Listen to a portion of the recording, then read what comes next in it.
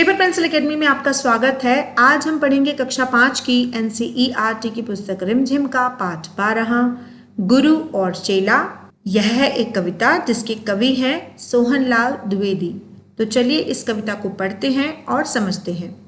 गुरु एक थे और था एक चेला, चले घूमने पास में था ना धेला।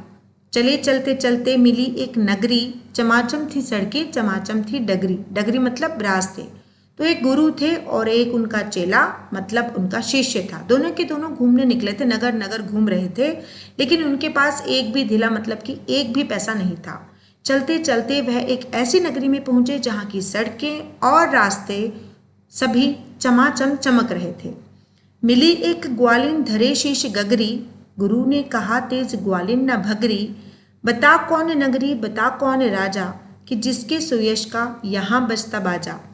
तो रास्ते में चलते चलते उन्हें एक नगर में एक ग्वालिन मिली जिसके सिर पर एक गगरी मतलब घड़ा, जिसमें मक्खन या छाछ हो सकती है क्योंकि वह ग्वालिन थी। तो गुरु ने उस ग्वालिन से कहा कि ग्वालिन तुम इतनी तेज तेज मत भागो, पहले हमसे थोड़ी सी बात कर लो और हमें यह बताओ कि इस नगरी का नाम क्या है, यह कौन सी नगरी है और कौन से राजा हैं यहाँ पर।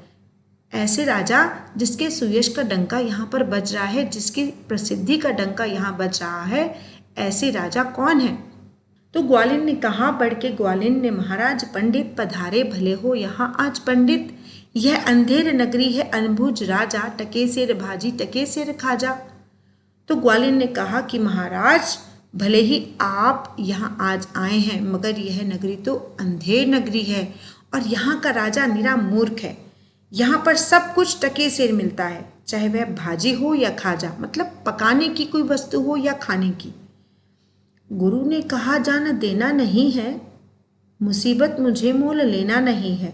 न जाने कि अंधेर हो कौन क्षण में, यहाँ ठीक रहना समझता न मन में। तो यह बात सुनकर गुरुजी का माथा ठनका और उन्होंने कहा कि भाई मुझे तो ऐसी अंधेर नगरी में बिल्कुल नहीं रहना, और ऐसी अंधेर नगरी में रहकर मुझे अपनी जान को जोखिम में नहीं डालना और कोई मुसीबत मोल नहीं लेनी। ऐसी नगरी को मैं इसी पल इसी क्षण यहाँ पर छोड़ देना चाहता हूँ। मैं यहाँ पर बिल्कुल भी नहीं रहना चाहता क्योंकि मैं यहाँ पर रहना ठीक नहीं समझता। गुरु ने कहा किंतु चेला न माना, गुरु को विवश हो पड़ा लौट जाना। गुरु जी गए रह गया किंतु चेला, यही सोचता हूँगा मोटा अकेला। अब गुरुजी ने चेले को खूब समझाया लेकिन चेला नहीं माना। और क्या हुआ, गुरुजी को बिना चेले के ही विवश यानी कि मजबूर होकर वापस लौट जाना पड़ा। अब गुरुजी तो चले गए लेकिन कौन रह गया, चेला यानी कि गुरुजी का शिष्य वहाँ रह गया। अब यही सोचता हुआ रह गया कि एक ऐसी नगरी है जहाँ पर सब कुछ बहुत ही सस्ते में यानी कि टके सेर मिलता है, तो मैं यहाँ पर खूब बढ़िया बढ़िया चीज़ें खाऊंगा और मोटा हो जाऊंगा। चला हाट को देखने आज चेला, तो देखा वहां पर अजब रेल पेला। टके सिर हल्दी टके सिर जीरा, टके सिर ककड़ी टके सिर खीरा। तो एक दिन चेला बाजार घूमने के लिए निकलता है। वह देखता है कि वहां पर बाजार में तो बहुत ही अलग ही दृश्य है। यहाँ पर तो बहुत भीड़ भाड़ है, अजब ही रेल पेला लगा हुआ है, बहुत चहलकदमी है, मगर बाजार में हर चीज़ एक ही भाव बिक रही है, चाहे वह हल्दी हो या जीरा हो, ककड़ी हो या खीरा हो, सभी चीज़ एक टके के सेर भर मिल रही है। टके सिर मिलती थी रबड़ी मलाई, बहुत रोज उसने मलाई उड़ाई। सुनो और आगे का फिलहाल ताज़ा, थी अंधेर नगरी का अनबुझ राजा। मगर उस बेवकूफ़ राजा की अंधेर नगरी में चेले ने कुछ दिन खूब मलाई और रबड़ी खाई, क्योंकि वहाँ पर रबड़ी और मलाई भी टके की सेर भर मिल रही थी। तो कुछ दिन चेले ने वहाँ पर खूब मौज उड़ाई। अब देखते हैं कि आगे क्या होता है।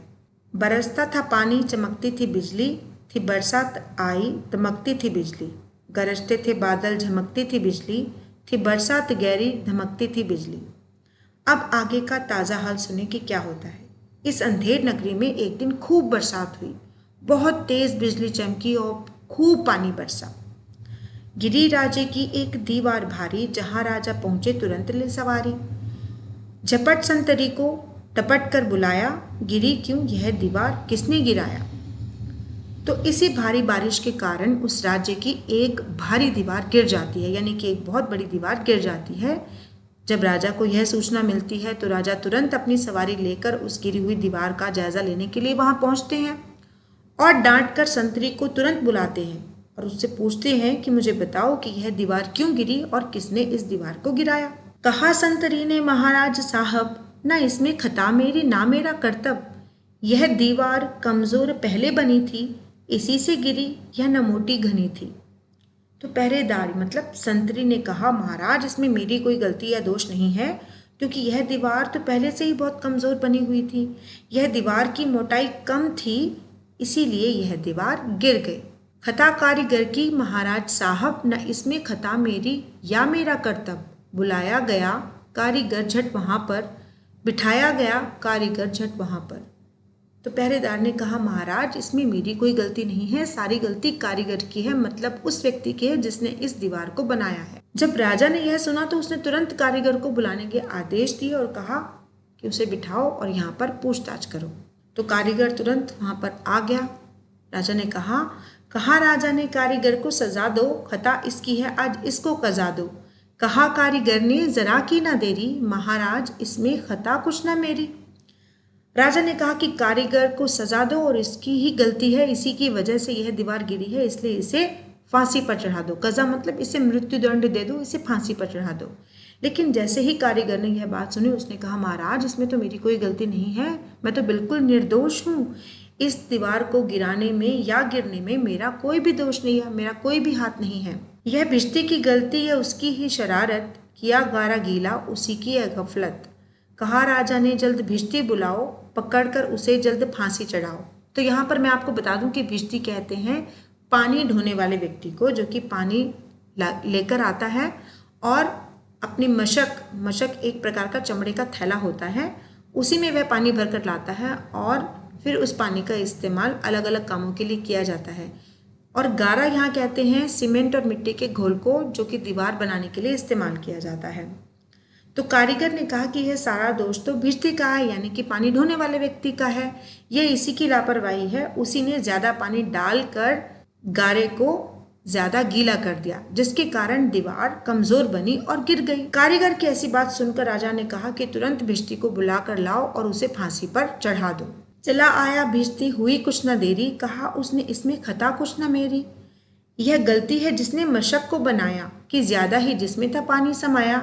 अब जब भिश्ती आया तो भिश्ती ने क्या कहा, थोड़ी देर में भिश्ती को वहां पर बुलाया गया। भिश्ती ने आते ही कहा कि महाराज इसमें तो मेरी कोई भी गलती नहीं है, यह तो मशक, मैंने आपको पहले भी बताया कि चमड़े का बना थैला होता है मशक, जिसमें पानी को रखा जाता है, इसमें तो सारी गलती मशक बनाने वाले की है, जिसने ऐसा मशक बनाया जिसमें ज्यादा पानी आया, जिसके कारण गारा ज्यादा गीला हुआ और गारा गीला होने की वजह से दीवार गिर गई। मशक वाला आया, हुई कुछ न देरी, कहा उसने, इसमें खता कुछ न मेरी। यह मंत्री की गलती है, मंत्री की गफलत, उसी की शरारत, उसी की है हिकमत। अब मशक वाले को बुलाया गया, वह व्यक्ति जिसने उस चमड़े के थैले को बनाया था। जब उसको बुलाया गया तो उसने कहा कि महाराज इसमें मेरी तो कोई गलती नहीं है, ना ही इसमें मेरा कोई दोष है, मैं तो निर्दोष हूँ, यह सारी गलती तो मंत्री की है, यह मंत्री की गलतफहमी या लापरवाही है, जिसकी वजह से इस तरह की हरकत हुई है और यह दीवार गिरी है। अब देखते हैं कि मशक वाले ने मंत्री के ऊपर क्या दोष लगाया। मशक वाले ने कहा, बड़े जानवर का था चमड़ा दिलाया, चुराया ना चमड़ा मशक को बनाया। बड़ी है मशक खूब भरता है पानी, ये गलती ना मेरी, यह गलती भी रानी। उसने कहा कि मंत्री ने मुझे बड़े जानवर का चमड़ा दिलाया था। अब बड़े जानवर का चमड़ा दिलाया था, जिसके कारण मैंने बहुत ही ईमानदारी से बिना चमड़े की चोरी किए मशक को बना दिया। अब मशक बड़ी बन गई।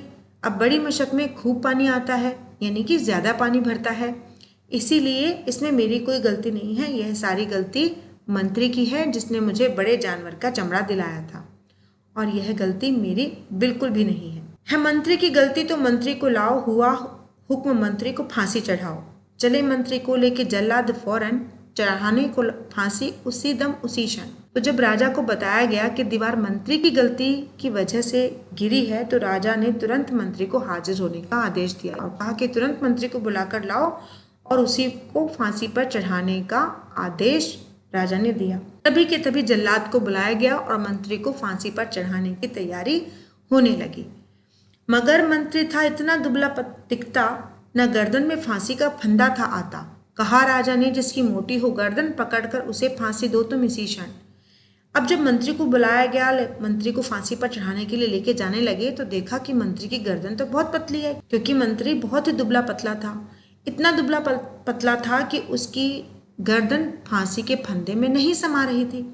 तो ऐसे में राजा ने कहा कि ठीक है, एक ऐसे व्यक्ति को बुलाकर लाओ जिसकी गर्दन मोटी हो, जिस पे फांसी का फंदा आता हो। तो तभी के तभी संतरी एक ऐसे व्यक्ति को ढूंढने के लिए निकल पड़े जिसकी गर्दन मोटी हो। चले संतरी ढूंढने, मोटी गर्दन मिला, चेला खाता था हलवा दनादन। कहा संतरी ने, चले आप फौरन, महाराज ने भेजा न्योता इसी क्षण। तो संतरी यानी कि पहरेदार मोटी गर्दन वाले व्यक्ति को ढूंढने के लिए निकल पड़े।